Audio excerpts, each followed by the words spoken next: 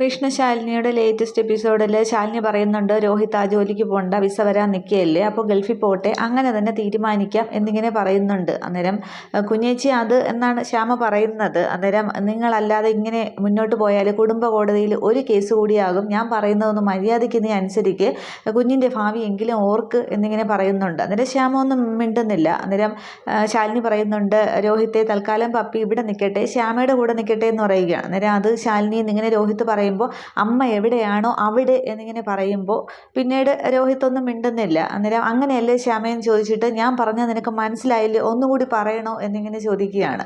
അന്നേരം ശ്യാമയ്ക്ക് വീണ്ടും അങ്ങോട്ട് കൊണ്ട് ഇളവുന്നുണ്ട്. ശ്യാമ പറയുകയാണ്, എനിക്കെല്ലാം മനസ്സിലായി, എല്ലാവരും കൂടി ചേർന്നുള്ള ഒത്തുകളിയാണ്, എന്നെ എല്ലാവരും കൂടി ഒറ്റപ്പെടുത്തുകയാണ്, എല്ലാവരുടെ ഇഷ്ടങ്ങളെ എന്നിലേക്ക് അടിച്ചേൽപ്പിക്കുകയാണ്, എനിക്ക് ആരും വേണ്ട, കൊച്ചും വേണ്ട, ഭർത്താവും വേണ്ട, കുട്ടിയും വേണ്ട, ആരും വേണ്ട, എങ്ങനെ ജീവിക്കണമെന്ന് എനിക്കറിയാമെന്ന് പറഞ്ഞ് ദേഷ്യപ്പെട്ട് ശ്യാമ അകത്തേക്ക് കയറിപ്പോവുകയാണ്.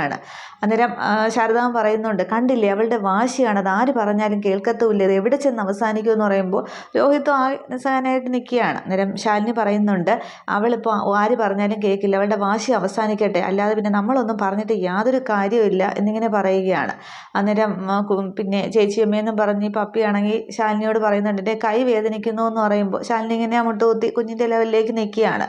എന്നിട്ട് പോട്ടെ സാരമില്ല എന്ന് പറയുമ്പോൾ ഈ കുട്ടിയാണെങ്കിൽ ശാലിനിയെ കെട്ടിപ്പിടിച്ചങ്ങ് കരയുകയാണ്. എന്നിട്ട് ശാലിനി എന്നെ ചേർത്ത് ഉമ്മയൊക്കെ വെക്കുന്നുണ്ട്. രോഹിത്തും ശാരദാമ്മയും ശാരികയും രാമേട്ടനും ഒക്കെ ഇങ്ങനെ നോക്കി നിൽക്കുന്നുണ്ട്. അന്നേരം ഇത് അകത്തേക്ക് കയറിപ്പോയ ശ്യാമ ജനലിൽ കൂടി നോക്കുമ്പോൾ ശ്യാമയ്ക്ക് അങ്ങ് ദേഷ്യവും സങ്കടവും ഒക്കെ വന്നിട്ട് ശ്യാമ അങ്ങ് കല്ല് കയറി കട്ടിലേക്ക് പോയിരുന്ന് വീണ്ടും വിഷമിക്കുകയും ദേഷ്യപ്പെടുകയും സങ്കടപ്പെടുകയും ഒക്കെ ഒരുപോലെ ഭാവഭേദങ്ങൾ വരുത്തി അവിടെ തന്നെ നിൽക്കുകയാണ്. തുടർന്ന് രോഹിത്ത് തൻ്റെ കാറിലും ശാലിനി തൻ്റെ കാറിലും തിരികെ സത്യഭാമയുടെ വീട്ടിലേക്ക് എത്തുന്നുണ്ട്. തുടർന്ന് ഇങ്ങനെ അകത്തേക്ക് രോഹിത്താണ് ആദ്യം കയറി ചെല്ലുന്നത്. ശാലിനിയെ ഫോൺ ചെയ്തുകൊണ്ട് മുറ്റത്ത് നിൽക്കുന്നുണ്ട്. അന്നേരം ഭാമ വരുന്നുണ്ട്. ഇതെന്താ പപ്പിയെ കൊണ്ടുവന്നില്ലേ എന്ന് ചോദിക്കുകയാണ്. അന്നേരം ഇല്ല, ശ്യാമ വിട്ടില്ല എന്നിങ്ങനെ പറയുകയാണ്. അന്നേരമെങ്കിൽ ശാലിനിയും പിറകെ കയറി ചെല്ലുന്നുണ്ട്. അന്നേരം അതെന്താ അവൾ അങ്ങനെ പറഞ്ഞപ്പോൾ നിനക്ക് കൊച്ചിനെ ഇങ്ങോട്ട് കൊണ്ടുവരാൻ പാടില്ലായിരുന്നു, അവൾ ഒച്ച വെച്ചപ്പോൾ നീ അങ്ങോട്ട് അടങ്ങിയോ, അവൾക്ക് വാശിയാണ്, ആരും ചോദിക്കാനും പറയാനും ഇല്ലാത്തൊരു വാശി എന്ന് പറഞ്ഞ് ഭാമ ദേഷ്യപ്പെടുന്നുണ്ട്. അന്നേരം ശാലിനി പറയുന്നുണ്ട്, പിന്നെ രോഹിത് ശ്രമിച്ചതാണ് സത്യാമ്മയെ, പക്ഷേ ശ്യാമ വാശി കണക്കെയാണ്, വിട്ടില്ല എന്നിങ്ങനെ പറയുകയാണ്. സത്യഭാമ ഇങ്ങനെ ദേഷ്യപ്പെട്ട് നിൽക്കുന്നുണ്ട്. രണ്ടെണ്ണം കൊടുത്തിട്ട് കൊച്ചിനെ ഇങ്ങോട്ട് കൊണ്ടുവന്നുകൂടായിരുന്നോ എന്നൊക്കെ ഇങ്ങനെ ചോദിക്കുന്നുണ്ട്. അന്നേരം രാഘവൻ നായർ അങ്ങോട്ടത്തേക്ക് വരുന്നുണ്ട്. രാഘവൻ നായർ പറയുകയാണ്, എന്തിനാ അവിടെ ചെന്ന് ബഹളം ഉണ്ടാക്കുന്നത്, വെറുതെ 2 ദിവസം അവരോട് നിൽക്കട്ടെ, അപ്പോൾ തള്ളയുടെയും കൊച്ചിൻ്റെയൊക്കെ വാശി അവസാനിക്കും, പിന്നെ നമുക്ക് കൂട്ടിക്കൊണ്ടുവരാം എന്നിങ്ങനെ പറയുന്നുണ്ട്. അന്നേരം രോഹിത് ഇങ്ങനെ വിഷമിച്ച് നിൽക്കുന്നുണ്ട്. വീണ്ടും ഭാമ ഇങ്ങനെ ഓരോന്ന് പറയുമ്പോൾ രോഹിത് പറയുകയാണ്, എന്തായാലും ഞാൻ ഇനി അങ്ങോട്ട് നിന്നില്ല, അവിടെ ചെന്ന് അടി കൂടിയിട്ട് എന്ത് നേടാനാണ്, എന്നെ കൊണ്ട് ഒന്നിനും കഴിയില്ല, എന്നെ അങ്ങ് വിട്ടേക്ക്, വിളിച്ചുകൊണ്ട് വരിക, താമസിപ്പിക്കുക, എന്താണെന്ന് വെച്ചാൽ ചെയ്യും, പ്ലീസ് സത്യാമ്മ എന്ന് പറഞ്ഞിട്ട് ഇങ്ങനെ രോഹിത്തിന് ആകെ വിഷമമാണ്. ഇങ്ങനെ തൊഴുതൊക്കെ സത്യാമ്മയോട് പറഞ്ഞിട്ട് രോഹിത് അങ്ങ് സങ്കടപ്പെട്ട് മുകളിലേക്ക് കയറി പോവുകയാണ്. അന്നേരം ഇവനിത് എന്താ പറ്റിയത് എന്നൊക്കെ ഇങ്ങനെ ഭാമയും ചിന്തിക്കുന്നുണ്ട്. അന്നേരം ശാലിനി പറയുന്നുണ്ട്, അച്ഛൻ പറഞ്ഞ പോലെ 2 ദിവസം കഴിയട്ടെ, പിന്നീട് നമുക്ക് പോയി വിളിക്കാം എന്നിങ്ങനെ പറയുന്നുണ്ട്. ഈ സമയത്ത് മുറ്റത്തൊരു ഓട്ടോ വന്ന് നിൽക്കുന്നുണ്ട്. രാത്രിയാണ് സമയം. അന്നേരം അതിൽ വരുന്നത് കാഹളം കുമാരനാണ് വരുന്നത്. അന്നേരം മുറ്റത്ത് കാഹളത്തെ കണ്ടിട്ടുണ്ട്. കാഹളം കയറി വാ എന്നൊക്കെ ഇങ്ങനെ രാഘവൻ നായർ അകത്തുനിന്ന് വിളിച്ച് പറയുകയാണ്. എന്നിട്ട് ഭാമയോട് പറയുന്നുണ്ട്, വരുന്നത് കാഹളം കുമാരനാണ് എന്നുള്ളത്. തുടർന്ന് അകത്തേക്ക് കയറുമ്പോൾ എന്താ ഈ രാത്രി ഈ സമയത്ത് എന്നിങ്ങനെ രാഘവൻ നായർ ചോദിക്കുമ്പോൾ കാഹളമാണെങ്കിൽ ശാലിനിയോട് പറയുന്നുണ്ട്, മോളെ ഒരിക്കലും ഇതിൽ നിന്നും പിന്മാറല്, പരാജയപ്പെടരുത്, പിന്നെ രക്ഷിച്ചേ മതിയാകൂ എന്നിങ്ങനെ പറയുന്നുണ്ട്. അന്നേരം എനിക്കിതിലൊന്നും ചെയ്യാനായിട്ട് കഴിയില്ല, അവർ സ്റ്റേ ഓർഡർ വാങ്ങിച്ചിരിക്കുകയാണെന്ന് പറയുന്നുണ്ട്. അന്നേരം അങ്ങനെ പാതി വഴിക്ക് വെച്ച് അവസാനിപ്പിക്കരുത്, ഞങ്ങളെപ്പോലുള്ള പാവങ്ങളുടെ പിന്തുണ എന്നും ഉണ്ടാവും. ആ പരുത്തിക്കുന്ന് കോളനിക്ക് ഒരുപാട് കഥകൾ പറയാനുണ്ട്, കുറേ പാവങ്ങളുടെ കഥ, കണ്ണീരിൻ്റെ വിയർപ്പിൻ്റെ കഥ പറയാനുണ്ട്. അപ്പോൾ അവരെ രക്ഷിക്കാനായിട്ട് ഈ കിളവൻ്റെ സർവ്വ പിന്തുണയും ഉണ്ടാകും എന്നിങ്ങനെ പറയുകയാണ്. മോൾക്കേ അതിന് കഴിയുള്ളൂ, മോൾ ഇതൊന്നും കണ്ട് പരാജയപ്പെട്ടു പോകരുത്, ഒരു കഴിവുള്ള ഒരു വക്കീൽ കയ്യിലുണ്ടെങ്കിൽ എന്ത് നേടാമെന്ന് മഹേന്ദ്രൻ ഇവിടെ കാണിച്ചിരിക്കുകയാണ്, അതുകൊണ്ട് മോള് പിന്മാറരുത്, ഞങ്ങളുടെ കൂടെ ഉണ്ടാകണം, ഈ പാവങ്ങളുടെ കൂടെ ഉണ്ടാകണം എന്ന് പറയുമ്പോൾ പക്ഷേ ശാലിനി അങ്ങ് തീർപ്പിച്ച് പറയുന്നുണ്ട്, എനിക്കിതിലൊന്നും ചെയ്യാനായിട്ട് പറ്റില്ല, എന്നെ വിട്ടേക്ക് എന്ന് പറഞ്ഞിട്ട് ശാലിനി അങ്ങ് ആരുടെ മുഖത്ത് നോക്കാതെ അങ്ങ് മുകളിലേക്ക് കയറി പോവുകയാണ്. അന്നേരം ഭാമ ഇങ്ങനെ നോക്കി നിൽക്കുന്നുണ്ട്. എന്നിട്ട് സത്യഭാമയാണെങ്കിൽ ശാലിനിയുടെ പിന്നാലെ കയറി മുകളിലേക്ക് പോകുന്നുണ്ട്. അന്നേരം ഈ കാഹളമാണെങ്കിൽ ഇങ്ങനെ ആകെ നിസ്സഹായനായിട്ട് നിൽക്കുകയാണ്. അന്നേരം രാഘവൻ നായർ ചോദിക്കുന്നുണ്ട്, എന്താടോ പറ്റിയത് എന്നിങ്ങനെ ചോദിക്കുന്നുണ്ട്. അന്നേരം മഹേന്ദ്രനാണെങ്കിൽ അതിന് നമുക്ക് മുകളിൽ കളിച്ചിരിക്കുകയാണ് എന്ന് പറയുന്നുണ്ട്.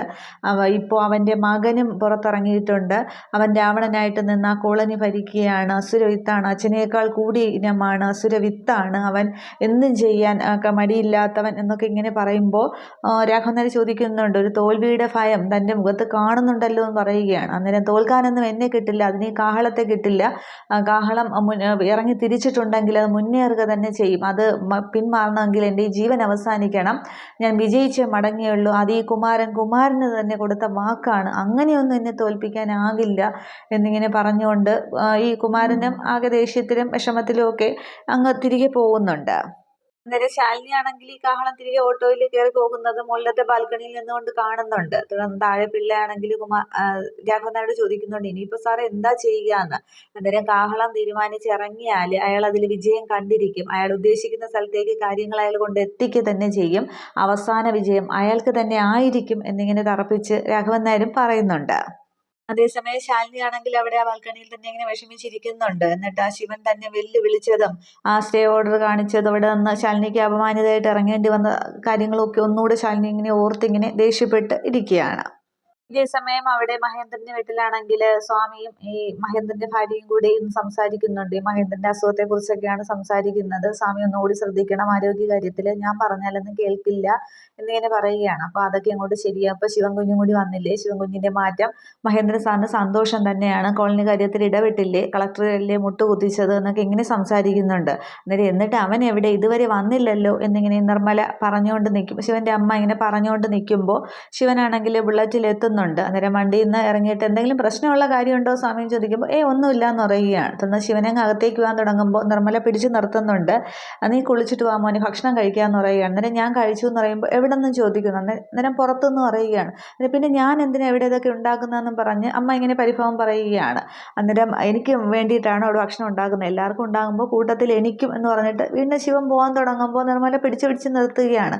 അങ്ങനെയാണോ പിന്നെ നീ കരുതുന്നത് എന്ന് പറഞ്ഞിട്ട്, ഇപ്പം നിൻ്റെ അച്ഛൻ സുഖമില്ലാതെ കിടന്നിട്ട് കണ്ടിട്ടല്ലേ നീ പോയത്, എന്നിട്ട് അതിനെക്കുറിച്ചൊരു വാക്ക് നീ ചോദിച്ചു എന്നൊക്കെ പറയുമ്പോൾ ഞാൻ വന്ന് കയറിയതല്ലേ ഉള്ളൂ അമ്മ, ഇനിയിപ്പോൾ എന്താ ചോദിക്കേണ്ടത്, അസുഖം ഇപ്പോൾ എല്ലാവർക്കും വരും, അതിപ്പോൾ നമുക്ക് പറയാനൊന്നും പറ്റില്ലല്ലോ, വന്ന അസുഖത്തെക്കുറിച്ച് വീണ്ടും വീണ്ടും ചോദിച്ച് എന്തിനാണ് വിഷമിക്കുന്നത്, പിന്നെ മരണം എന്ന് പറയുന്നത് എല്ലാവർക്കും എപ്പോഴും സംഭവിക്കാവുന്നതേ ഉള്ളൂ, അത് അങ്ങനെ സംഭവിച്ചാൽ പിന്നീടുള്ള കാര്യങ്ങൾ നമ്മൾ നോക്കണം, അതിപ്പോൾ എനിക്കായാലും അച്ഛനായാലും എന്നിങ്ങനെ പറഞ്ഞിട്ട് ശിവനങ്ങ് അകത്തേക്ക് പോവുകയാണ്. നിർമ്മല പിന്നെയൊന്ന് വിളിച്ചിട്ടൊന്നും ശിവൻ കേൾക്കുന്നില്ല. അന്നേരം നിർമ്മല സ്വാമിയോട് പറയുന്നുണ്ട്, കണ്ടില്ലേ സ്വാമി എന്തൊക്കെയാണ് അവൻ പറഞ്ഞിട്ട് പോയതെന്ന്.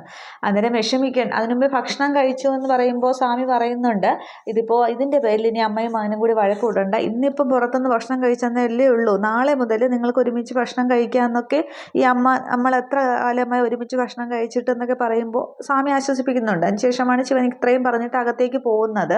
അന്നേരം അതൊക്കെ ശരിയാവും, പിന്നെ ശിവൻ കുഞ്ഞിനിപ്പോൾ എന്തായാലും നല്ല മാറ്റമുണ്ട്, അതല്ലേ ഇന്ന് കോളനി കാര്യത്തിൽ ഇടപെട്ടത്, ചില്ലറക്കാരിയല്ല, പിന്നെ ചില്ലറ ആളിനെ അല്ല ശിവൻകുഞ്ഞിന്ന് മുട്ടുകുത്തിച്ചത്, ജില്ല ഭരിക്കുന്ന കളക്ടറെയാണ്. അപ്പോൾ മാണിക്കോത്ത് കുടുംബം അനാഥമാകില്ല എന്ന് മനസ്സിലായില്ലേ, അപ്പോൾ എല്ലാത്തിലും ഇടപെടുക തന്നെ ചെയ്യും. മഹേന്ദ്രൻ സാറ് പിന്നെ രാജാവാണെങ്കിൽ ശിവൻകുഞ്ഞിനെ നമുക്ക് ചക്രവർത്തിയായിട്ട് വാഴിക്കാം എന്നിങ്ങനെ പറയുമ്പോൾ നിർമ്മല ഇങ്ങനെ ആശ്വസിച്ചൊക്കെ നിൽക്കുന്നുണ്ട്.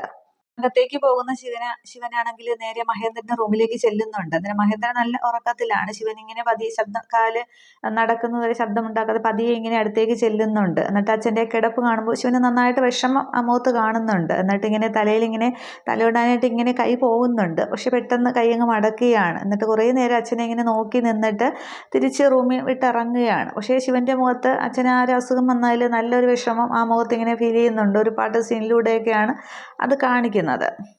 അതേസമയം അവിടെ ശാലിനിയാണെങ്കിൽ ഭക്ഷണം കഴിക്കാനായിട്ട് ഇരിക്കുന്നുണ്ട്. ചപ്പാത്തിയൊക്കെ വിളമ്പി വെച്ചിട്ടും ശാലിനി പക്ഷേ ആ കോളനിയിലെ ശിവൻ പറഞ്ഞ കാര്യങ്ങളൊക്കെ ഇങ്ങനെ ആലോചിച്ച് ഒരേ ഇരിപ്പിൽ തന്നെ ഇരിക്കുകയാണ്. അന്നേരം പൊന്നി വരുന്നുണ്ട്. അന്നേരം ശാലിനി കുഞ്ഞെന്ന് വിളിക്കുകയാണ്. അന്നേരം എന്താ കഴിക്കുന്നില്ലേ, ശകലം പോലും വായിൽ വെച്ച് കണ്ടില്ല എന്ന് പറയുകയാണ്. അന്നേരം കഴിക്കാൻ തോന്നുന്നില്ല എന്നിങ്ങനെ പറയുന്നുണ്ട്. അന്നേരം പൊന്നി വെള്ളമൊക്കെ ഒഴിച്ച് വയ്ക്കുന്നുണ്ട്. അന്നേരം ശ്യാമക്കുഞ്ഞ് പപ്പിമോളെയും കൊണ്ടുപോയപ്പോൾ എല്ലാവർക്കും വിഷമമായി, എത്ര പറഞ്ഞാലും കേൾക്കില്ല, വാശി വന്നാൽ ശ്യാമക്കുഞ്ഞ് അങ്ങനെയാണെന്നൊക്കെ പൊന്നി ആ കാര്യമാണ് ശാലിനി ആലോചിക്കുന്നതെന്ന് വിചാരിച്ചാണ് അതൊക്കെ പറയുന്നത്. അന്നേരം എല്ലാവർക്കും അവരുടെ വാശി തന്നെയാണ് വലുത്. നടക്കട്ടെ, ഇനിയിപ്പോൾ വാശി തീരുമ്പോൾ വരട്ടെ, ഒരു പ്രാവശ്യം പോയി വിളിച്ചില്ലേ, അപ്പോൾ ഞാൻ ആരോടും ഒരു പരിഭവത്തിനും ഇല്ല, എന്താണെന്ന് വെച്ചാൽ അവരുടെ ഇഷ്ടം പോലെ ചെയ്യട്ടെ എന്ന് പറഞ്ഞിട്ട് ശാലിനി അങ്ങോട്ട് എഴുന്നേൽക്കുകയാണ്. അന്നേരം കഴിക്കുന്നില്ല, അത്താഴപ്പട്ടിണി കിടക്കണ്ട എന്നിങ്ങനെ പറയുമ്പോൾ കഴിക്കാൻ തോന്നുന്നില്ല പൊന്നി ഇതെല്ലാം എടുത്തു വെച്ചോളൂ എന്ന് പറഞ്ഞിട്ട് ശാലിനി എഴുന്നേറ്റ് ഡൈനിങ് ഹാളിൻ്റെ അവിടെ നിപ്പുറത്ത് ഹാളിൻ്റെ അങ്ങോട്ടേക്ക് വരുമ്പോൾ വെളിയിൽ നിന്ന് വിഷ്ണു ഇങ്ങനെ ഫോൺ ചെയ്യുന്ന കാണുന്നുണ്ട്. അന്നേരം ഇല്ല, അത് എനിക്കിവിടെ ഒഴിവാക്കാൻ പറ്റാത്ത കുറച്ച് തിരക്കുണ്ടായിരുന്നു, അതുകൊണ്ടാണ് വരാതിരുന്നത്, ഇത്തവണ ഈ പറഞ്ഞ ഡേറ്റിന് ഞാൻ എന്തായാലും വന്നിരിക്കും എന്നിങ്ങനെ പറയുകയാണ് ഫോണിൽ. അത് ശാലിനി കേൾക്കുന്നുണ്ട്. മറുതലയ്ക്ക് പക്ഷേ രേഷ്മയാണ് സംസാരിക്കുന്നത്. അന്നേരം ആരോട് എവിടെ പോണ കാര്യം വിഷ്ണുവേട്ടൻ പറയുന്നതെന്ന് പറഞ്ഞ് ശാലിനി അകത്തുനിന്ന് ശ്രദ്ധിക്കുന്നുണ്ട്. അന്നേരവും വിഷ്ണു ഇങ്ങനെ ഇല്ല, പിന്നെ ഞാൻ വരും, വാക്ക് മാറില്ല എന്നിങ്ങനെ പറഞ്ഞ് സംസാരിക്കുകയാണ്. അന്നേരം വരാമെന്ന് പറഞ്ഞിട്ട് പറ്റിക്കല്ലെന്നൊക്കെ രേഷ്മ ഇങ്ങനെ അപ്പുറത്തുനിന്ന് പറഞ്ഞുകൊണ്ടിരിക്കുകയാണ്. അന്നേരം ശാലിനി ഇങ്ങനെ ശ്രദ്ധിക്കുന്നത് റൂമിൽ നിന്നും രാഘവൻ നായർ ഇറങ്ങി വരുന്നുണ്ട്. അന്നേരം മോളെന്താ ഇവിടെ നിൽക്കുന്നതെന്ന് ചോദിക്കുകയാണ്. അന്നേരം ശാലിനി ഇങ്ങനെ പുറത്തേക്ക് നോക്കുമ്പോൾ വിഷ്ണുവിനെ രാഘവൻ നായരും കാണുന്നുണ്ട്. അന്നേരം ഇവനെന്താ ഇവിടെ നിന്ന് ഫോൺ ചെയ്യുന്നത് എന്ന് പറഞ്ഞിട്ട് അതാണ് അച്ഛൻ ഞാനും ശ്രദ്ധിക്കുന്നത് എന്നിങ്ങനെ ശാലിനി പറയുന്നുണ്ട്. അന്നേരം ശാലിനിയുടെ ആ നിൽപ്പിലും വിഷ്ണുവിൻ്റെ ആ ഫോൺ വിളിയിലും രാഘവൻ നായർക്ക് ഒരു വല്ലാത്ത പന്തികേട് തോന്നുന്നുണ്ട്. അന്നേരം മോള് പോയി കിടന്നോ, അവനെ ഞാൻ പറഞ്ഞു വിട്ടേക്കാം, ഇനി കമലിനോ മറ്റോ ആയിരിക്കും, ഇതിപ്പോഴൊന്നും നിർത്തുമെന്ന് തോന്നുന്നില്ല, എന്തായാലും എന്നെ കാണുമ്പോൾ നിർത്തുമായിരിക്കും, മോള് ചെല്ലുമെന്ന് പറയുകയാണ്. അന്നേരം ശാലിനി ഇങ്ങനെ സംശയിച്ച് നിൽക്കുമ്പോൾ ചെല്ലടി, ഞാൻ പിന്നെ മോൾക്ക് പോകേണ്ടതല്ലേ എന്നിങ്ങനെ പറയുന്നുണ്ട്. അന്നേരം ശാലിനി ഇങ്ങനെ ഒന്നുകൂടി വിഷ്ണുവിനെ നോക്കിയിട്ട് മുകളിലേക്ക് കയറി പോവുകയാണ്. തുടർന്ന് രാഘവൻ നായരാണെങ്കിൽ മുറ്റത്തേക്ക് ഇറങ്ങുന്നുണ്ട്. അന്നേരം രാഘവൻ നായർ വരുന്നത് കണ്ടുകൊണ്ട് വിഷ്ണു പെട്ടെന്ന് ഫോൺ കട്ട് ചെയ്യുകയാണ്. അന്നേരം ശാലിനി മുകളിലേക്ക് കയറിപ്പോയ ശാലിനി ആണെങ്കിൽ മുകളിൽ ചെന്നിട്ട് ബാൽക്കണിയിലൂടെ നോക്കുന്നുണ്ട് വിഷ്ണു ഇങ്ങനെ ഫോൺ വിളിച്ചുകൊണ്ട് നിൽക്കുന്നതും രാഘവൻ നായർ ചെല്ലുന്നതും ഒക്കെ.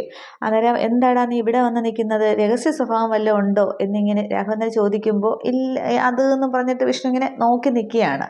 ഇത്രയും എപ്പിസോഡിൽ കാണിക്കുന്നുള്ളൂ. അപ്പോൾ ആ വിഷ്ണുവിൻ്റെ ആ ഒരു സ്വഭാവത്തിലെ ആ ഒരു പെരുമാറ്റവും ഒക്കെ രാഘവൻ നായരും എല്ലാവരും ഒക്കെ ശ്രദ്ധിക്കുന്നുണ്ട്. ശാലിനിക്ക് അത് ഈ വിഷ്ണുവിൻ്റെ കാര്യവും പിന്നെ ബാക്കി ഓഫീസിലെ കാര്യവും എല്ലാം കൂടി ശാലിനി ആകെ ഇങ്ങനെ കുഴഞ്ഞു മറിഞ്ഞു കിടക്കുകയാണ്. കാഹളം ഇനിയിപ്പോൾ എന്ത് പണി ഒപ്പിച്ചുകൊണ്ട് വരുമെന്നുള്ളതാണ്. പക്ഷേ ശാലിനി ഇതിൽ നിന്ന് പിന്മാറില്ല എന്ന് തോന്നുന്നു. ആദ്യ കോളനിയുടെ കാര്യത്തിൽ ശാലിനി അവിടെ ശിവനെ കടത്തിവെട്ടി ജയിക്കുക തന്നെ ചെയ്യും. അതിന് കാഹളം കൂടി സഹായിക്കുകയാണ് ചെയ്യുന്നത്. അതൊക്കെ എന്താകുമെന്നുള്ളത് നമുക്ക് ഫുൾ എപ്പിസോഡ് വരുമ്പോൾ കാണാം. പിന്നെ ഈ രേഷ്മയുടെയും വിഷ്ണുവിൻ്റെയും ആ ഒരു കാര്യമൊക്കെ രേഷ്മയുടെ എന്തോ പ്രശ്നത്തിന് പിന്നിൽ വിഷ്ണു ഇടപെടാനൊക്കെ പോകുന്നതാണ്. അതൊക്കെ പിന്നാലെ കാണിക്കും. എന്താണെന്നുള്ള ആ തെറ്റിദ്ധാരണയൊക്കെ മാറുക തന്നെ ചെയ്യും. പിന്നീട് ആ ശ്യാമ കുട്ടിയും കൊണ്ട് തിരികെ എത്തും. അതൊക്കെ കാണാം. Okay, thank you.